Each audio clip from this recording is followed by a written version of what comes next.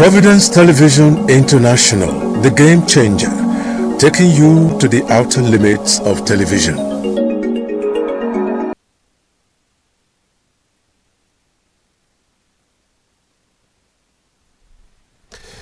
Yes, hello again. Nice to have you. So nice to have you here. We are talking about political standpoint. That's our program. And today is going to be quite a juicy one because we have somebody on set who will appear to be someone you want to hear talk all the time. A frontline politician is somebody who has served this country in many areas. He's been in the House of Reps, representing Ikpoba Ego Federal Constituency. He's an aspirant at the moment. And who else but Honorable Yozuwa Johnson Agbonayinma. First of all, welcome to our program. Thank you very much. Thank you for having me, and thank you to our viewers out there. Yeah, sure. When the idea of involvement in politics, when did it start? Let's use the next couple of minutes to talk about this. If I may recall, when I was in primary school, from class 1, class monitor to C's head, I'm talking about primary school. Yes.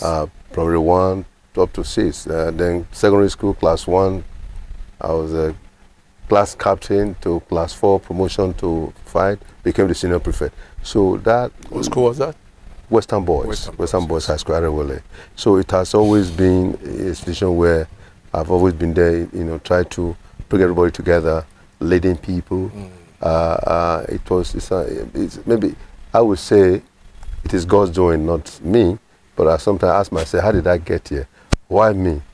So I say, a village boy. I was born in the village.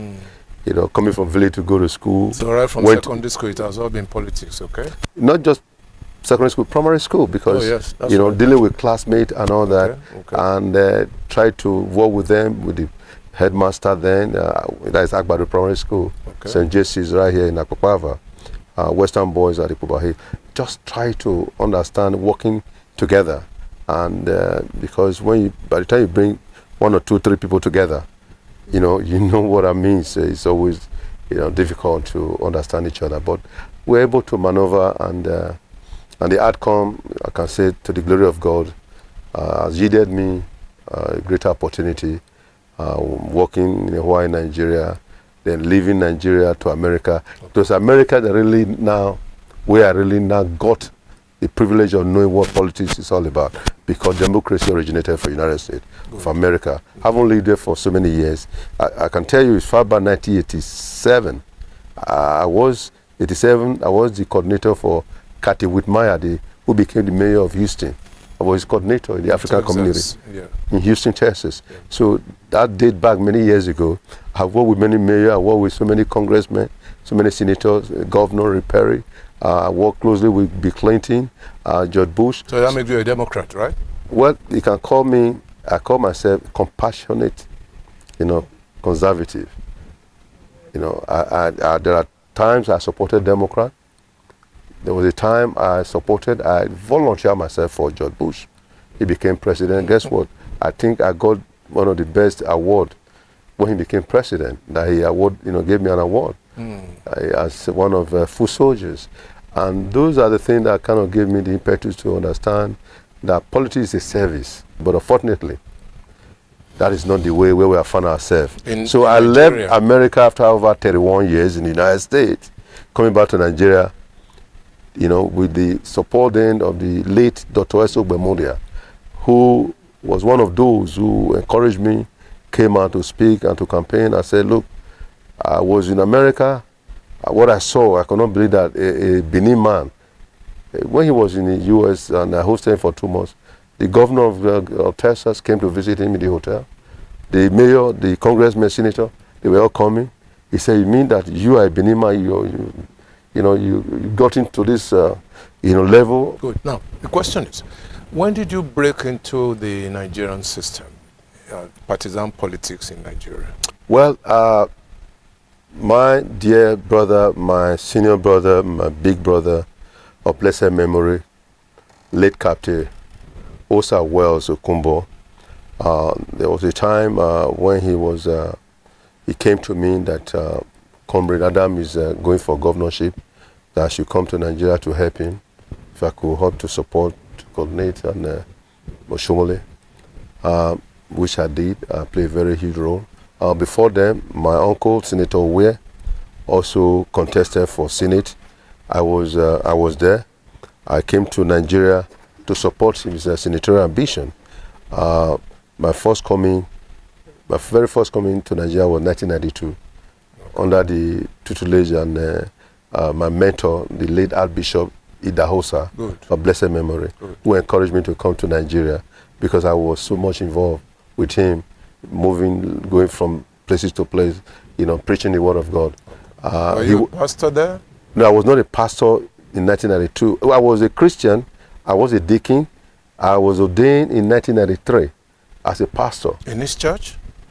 Not in his church. Okay. One of the biggest churches in America. That is a Lakewood Baptist Church. Oh, okay. In the United States. That was how, I related to many other churches because I have an organization, I formed a ministry called Jesus is One. Good. Jesus is one all over the world. So that was my ministry that the late Archbishop said I should come to Nigeria and preach Jesus is one. So well, how were you able to combine this? I mean, your Christian vocation and partisan politics?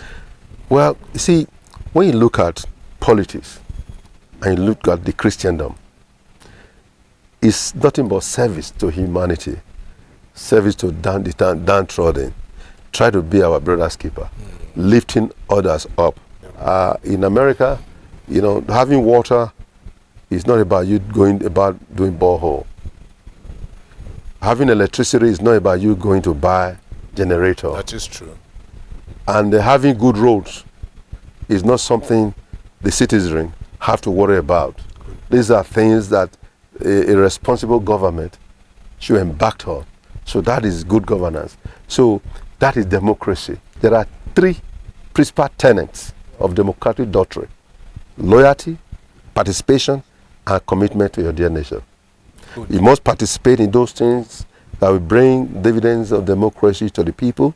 You must be committed to your dear nation. Yeah, do we have all of that, all of this in this? Well, to be honest to you, we are not patriotic enough.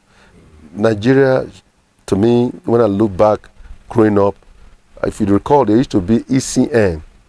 I don't know if you remember. No, ECN. Of course I do. You have ECN those days. I'm talking about in the 60s, 70s. You have ECN. As at then, you even have water running, tap water. Public water. Yes, yes. Public tap water that you can go and fetch water in this country. Oh yes, oh yes. Oh, and yes. I remember when I left this country in the 80s, I left with just 7,000 Nigerian currency. Can you believe that? When I got to US, I went to the Bureau de Change in downtown Houston to change Nigerian money. I was giving $15,000. Yeah, because the naira obviously was stronger than the dollar. $15,000. That's what I was giving. I said, what? So I was like a rich man. I said, what a bit. So I became a rich man overnight. So wait, now let's break out a little bit. Yes. Which was your first elective effort into partisan politics? Well, my first elective, when I became an essay to the then governor of Edo State, Excellency Adams Ali Oshomole, I wanted to contest for House of Rep. Mm-hmm. He said no. I want to go to council. I don't want to leave Edo, so because I was very close to him. I said okay, but down the line, so many things happened that I have to resign. I resigned and I moved back to US. This is something that many people would not do, but this man did it, late Captain Osa. When I left, I came back. I went to visit him in Lagos. He was showing me, he just bought a Rolls Royce, that he said, look at the Rolls Royce he just brought. We were looking at it. Then the late chief Anene called him and was telling him he should tell his brother, because Captain Osa submitted his brother's name for the Nigerian Railway Board of Directors. So after speaking with Chief Anene, because Anene said you asked his brother to go to Port Harcourt, because that was the zonal office of PDP then. Immediately, Captain hung up the phone with Chief Anene. He looked at me. He said, no, EJ, you are the person that should go to this, that should give this position to. You worked so hard. You have suffered with me. You have done that. Yes, my brother is, it's my brother. I can talk to him. His brother's name is Mr. Dandis. He's also a pastor. And guess what happened? He picked up the phone and called Chief. Sir, I wanted to ask you if I can change the name. You know, your son, EJ, can we replace his name with my brother's name? Chief said, no problem. On that fateful day, Captain, they said I have to go and submit myself. I was in Lagos. So Captain I called his gyro, his pilot. The plane, his private jet took me to Benin, collected my CV, went to Port Harcourt, submitted the document. After I submitted the document, the pilot took me back to Lagos. The rest is history. So I became board of director of Nigerian Railway, courtesy of Captain Osa Okumbo, blessed memory. You were very close to him. He was a brother, not a friend, he was a brother. So it was from the Nigerian Railway. I saw the way Nigerian Railway was going. What I saw as the chairman of Mechanical Signal Telecommunication of the Nigerian Railway, I saw so many atrocity, so many corruption, which story for another day. For another day, yes. I'll tell you, it was from there that I resigned. Some people came to me. There's this woman, as God has done it. She came to me to say, please, can you come and contest for House of Rep Ubaka? At the beginning, I would say, oh, no, I'm not interested. She kept on coming, and another woman that came, Miss Okbera, she came to me also. They will come. I said, well, let me consult. I said, okay, let's give it a shot. That's why I started consulting, a lot of consultation. But there's one man that I must mention his name. Yes. That is Chief Dan Obi. Okay. He's a man that I will always live to remember. Okay. If not him, I probably wouldn't have gone to the House of Reps. Okay. There was a lot of intricacy, manipulation, but he stood his ground. You stay close to him? Oh my God. You know, I just told you nothing. Whether I'm in a different party or not, he remains my brother for life. He's in PDP, by the way. I was in PDP before with him. Yes, that's right. So, you know, it's not about party. Party, yes. I always tell people, right, whether you are APC, PDP, Agbonayinma, it's not the issue. That's true. I have friends across the board. Across the board. It is how you relate. Some people that are in APC, there are some people in PDP that will even want to work harder for me than even those in APC. Oh. So it's about interest.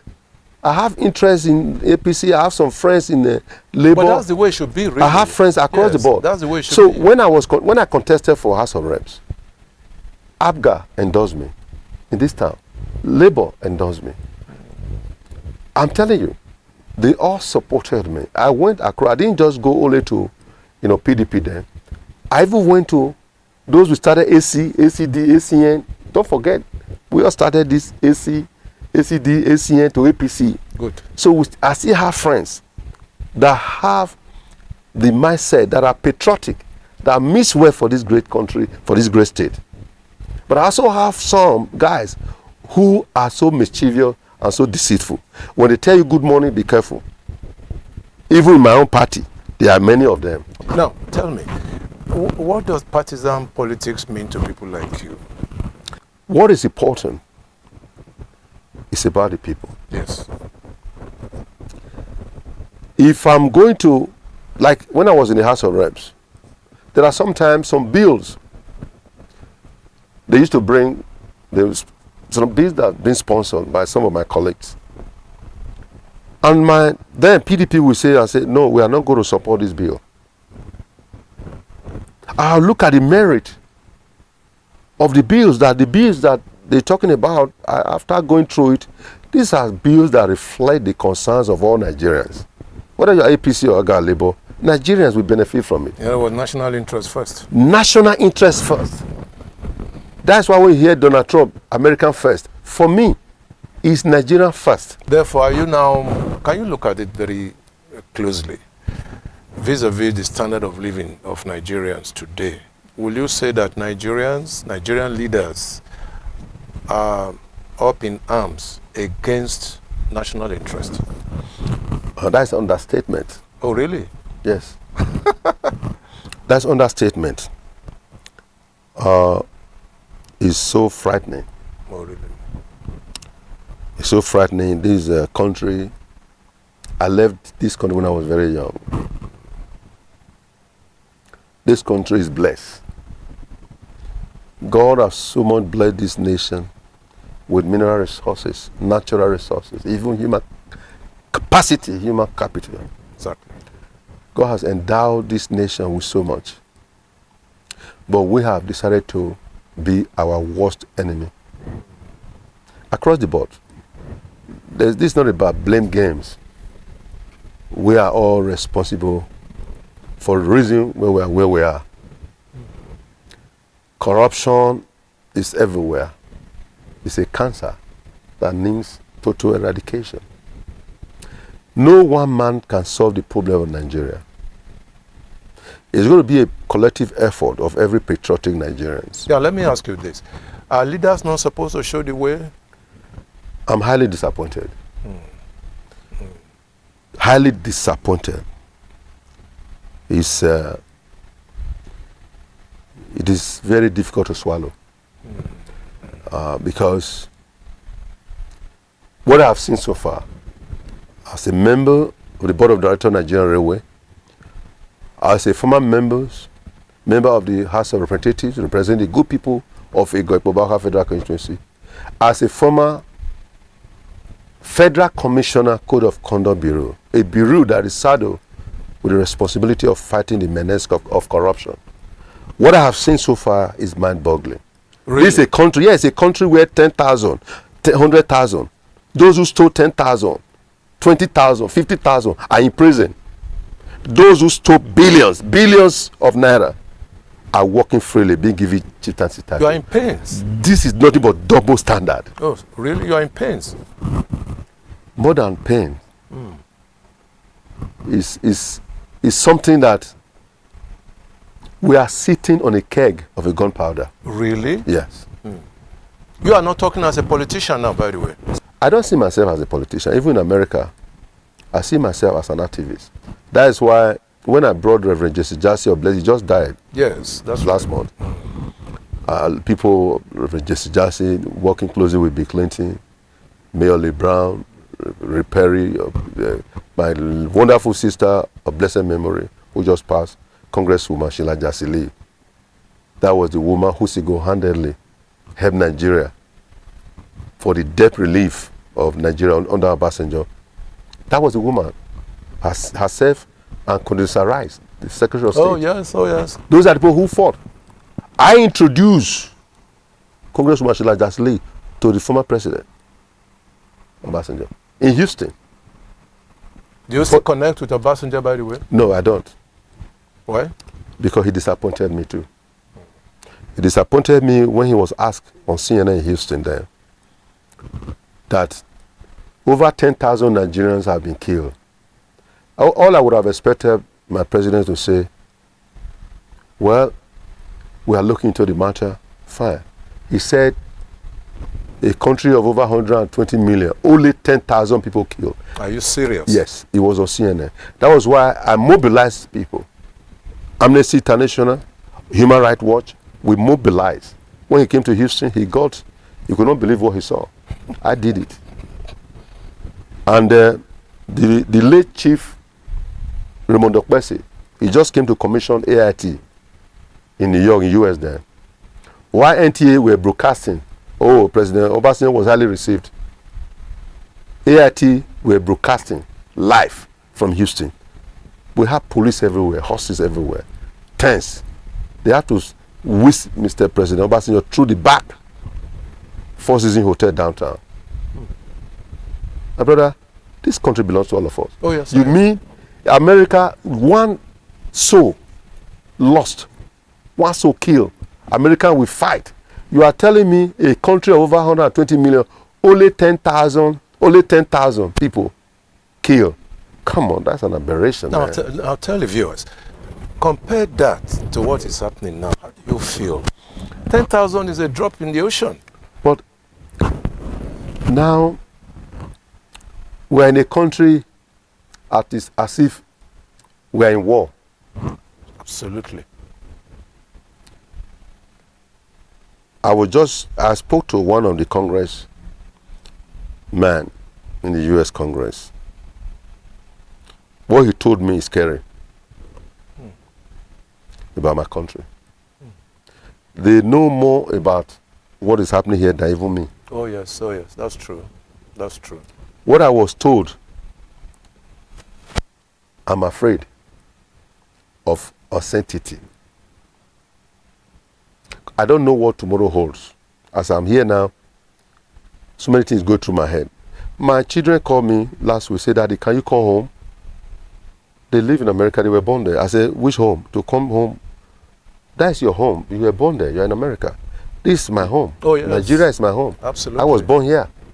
It took Americans to fix America. It will take Nigerians to fix Nigeria. If you are waiting for any one president, foreign government to come and fix Nigeria, we are wasting our time. It's a joke. We must fix our country. You must fix your home. We must fix our community. Do you have idols? People you admire so much? I call them mentors. Mentors, okay. Call them mentors. So no, they are not idols. People I look up to, and I see how they have been able to excel, how they have built themselves. Like the late Archbishop Idausa was my mentor. Okay. If you look around, the wife, my auntie, Archbishop Margaret Idausa, the way she have carried herself. Exactly. You look at the children. Look at Chief Igbinedion, Chief Doctor Sir Gabriel Sawari Igbinedion, Sama Bini Kingdom. He's a father to me. He's a more than mentor. So my prayer is that let us, all of us, try to do right, to do good things, to treat others the way we want to be treated. Politics will come and go. If you look at it, once upon a time, you have UPN, MPN. Are they still in existence? Oh, yes. It is not the party, it's not the name, the acronym. It is the people. If you do well, people will remember you for. Are you disappointed with political party structures in this country? Put in another way, will you advocate the issue or the concept of individual contestants for political offices? It's a people's right to aspire. It is their fundamental human right, constitutional right to aspire to any position. But at the same time, when you have no capacity, you are going to offer. If you're talking about contesting, you must define the reason behind your going for that position. Would you say the party structure system has failed us? Well, to an extent, I'll tell you, it's not party. I kept on saying, when you say party, it is not party, it is the people that has failed us, not the party. It is the individual. If somebody was telling me, oh, we must have they need to do a reform. They need reform. They talk about reform during President Jonathan. They spent so much money holding, a meeting across the 6 geopolitical zone. Every meeting head, they spent millions and billions. What was the result? Reform is not the issue. It's about being patriotic enough. President, I'll tell you this, I'm sorry. IBB did not have any reform when he built Third Mainland Bridge. There was no reform. There was no meeting when he built Aso Rock. When he built National Assembly. When he built Transcorp Hilton that was sold by former President Obasanjo to his cronies. Is IBB one of your heroes? Definitely, he's one of my mentors. Now, he's not perfect. Yes. Because I'm not. Let anyone out there tell me if they are perfect. But that man did a lot for this country. Yes. Yet people will say June 12, June 12. he was still the man who went. I was privileged to be in Mina that day when they brought Obasanjo to Abibi's house. The late wife, Miriam Babangida, may her gentle soul rest in perfect peace. Close. Agbada, different one, loaded with buses. Money, euro, dollar. Obasanjo didn't have anything. All I could see Obasanjo that day, show. And I asked them, what's the meaning of show? Look, it was the same Obasanjo, former president, His Excellency, who also betrayed IBB when he was trying to contest. What did he do? The first thing he did was to send EFCC to arrest the son Mohammed. That fateful morning, Miriam Babangida broke down. That's when I knew. I said, oh, this life, man, life is not fair. Those who gave you ladder, who helped you, who negotiated, who brought you out from prison, you were going to die in prison. This man fought everything in his way, reaching out to people. Let's give him a second chance. When you mount the podium, let me also ask you this. When you mount the podium, will you be in a position to tell the audience what you are saying now on television? If, for instance, everybody's interest is for them alone, of them alone, and with them alone, selfishness, not selflessness. So at the end of the day, what do you get? Bad result. Bad governance. Mr. President Tinubu cannot only solve the problem of Nigeria alone. If those that work with him have different motive, different agenda, like I have often said, look at this fuel subsidy removal. Trillions of money saved by the fuel subsidy removal. All the former aspirants all spoke about the removal of fuel subsidy.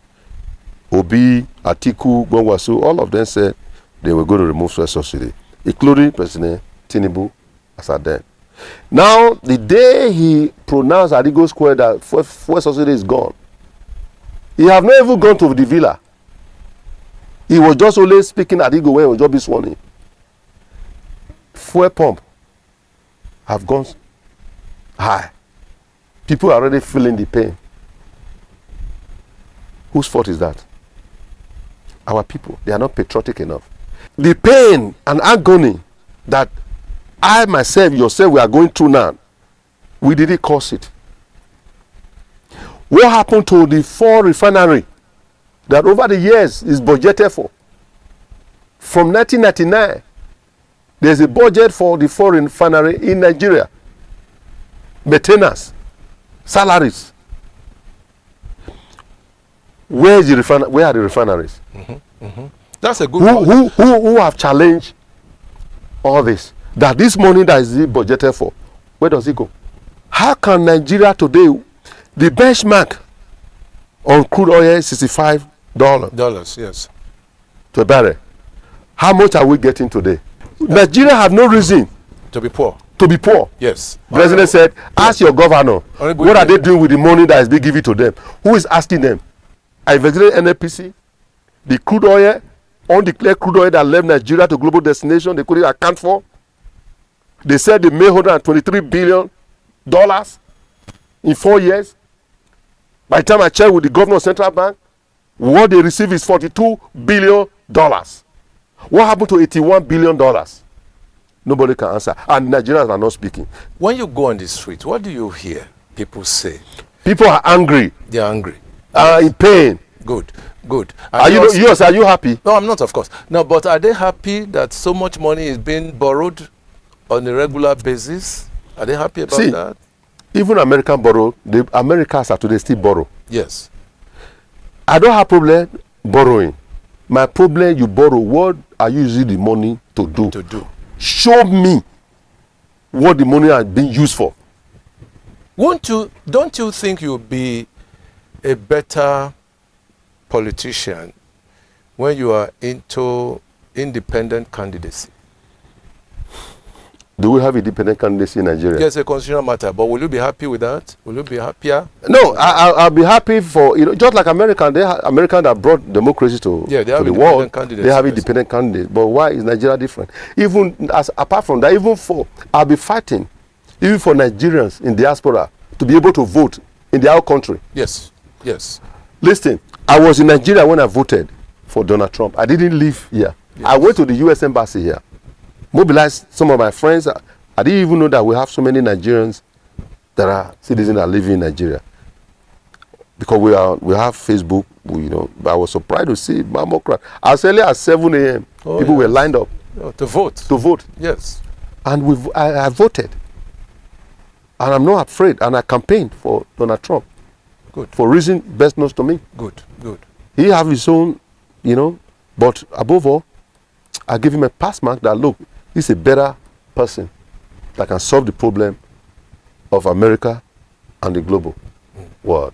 So I did that. So the question remains, Nigerians, wherever you live, should be able to cast their vote for the candidate of their choice. You see any loopholes in the new Electoral Act? Well, it's a story for another day. Well, I'll give you that privilege, and we'll have you back. You want to run for Ikpobauka for the second time. What do you want to do for them? What's uppermost on your mind? Well, I've seen the pain and agony of my people. I was there before. Yes. I know what I did. A lot of people have been coming to me, pleading with me. Some flew from Benin to Abuja, sat down with me, spent some days with me, that I should please come back. So you were under pressure? Not under pressure. I wouldn't say nobody can put me on pressure. Good. I have to reason, I have to think, I have to consult. And I consulted. And I discovered that we have a lot of problems, a lot of issues, compared with what I did when I was there. At least to the best of my ability, I sponsor bills that reflect the concerns of all Nigerians. I moved motion that brought responsive development.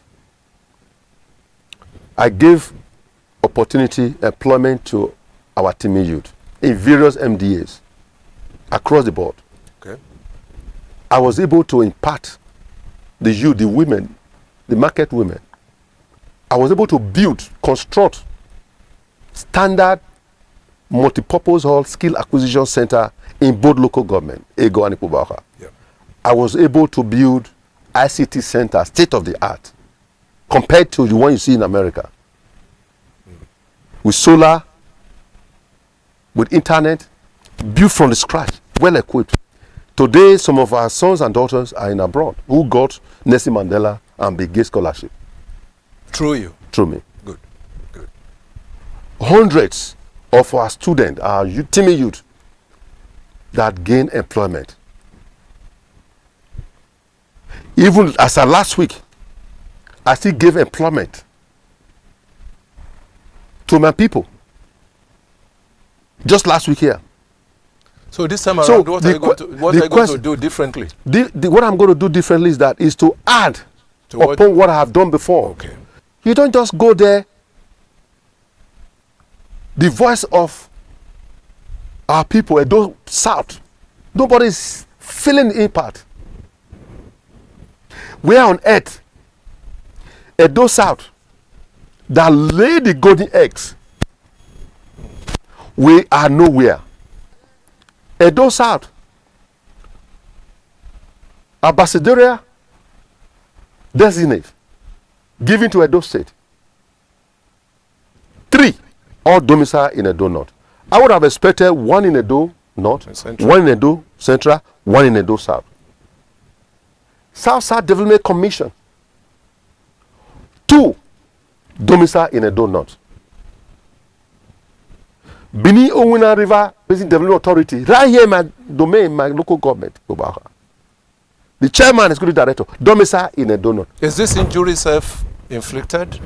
When I was in the house, I tell you, different MDAs, they send list to us. Because I was vocal, they know. Not just be vocal. I was one of those within the kitchen cabinet of the speaker. Oh, yeah. I was not a principal officer. People used to send list 10, 5, 8 opportunity for me to bring people. I'm not my son or my family member. I go back to the leader, say, please bring people, collect CV from our constituent. Yeah. Sometimes I go to the speaker, I say, this is what I got 10. Speaker will take sometimes 2, 3. You say, take the remaining 7. I'll give to my colleagues. Sometimes I'll share 2, 3 to them. I'll take 5. When others come, that's how I was sharing. So now, how at Edo South that laid the golden egg, federal appointment. Edo South is nowhere. Somebody has to be responsible to speak on their behalf. If nobody will speak, I will speak. Edo State, we have 3 senatorial districts. Yes. Share.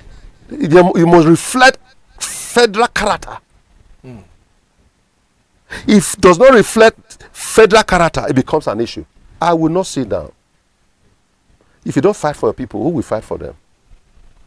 Well, thank you very much. Thank you very much. This has been on for this program has been on for quite some time now. It's a point of exit, but I do know that you'll be glad to come back some other time, because there are so many issues that you need to talk about.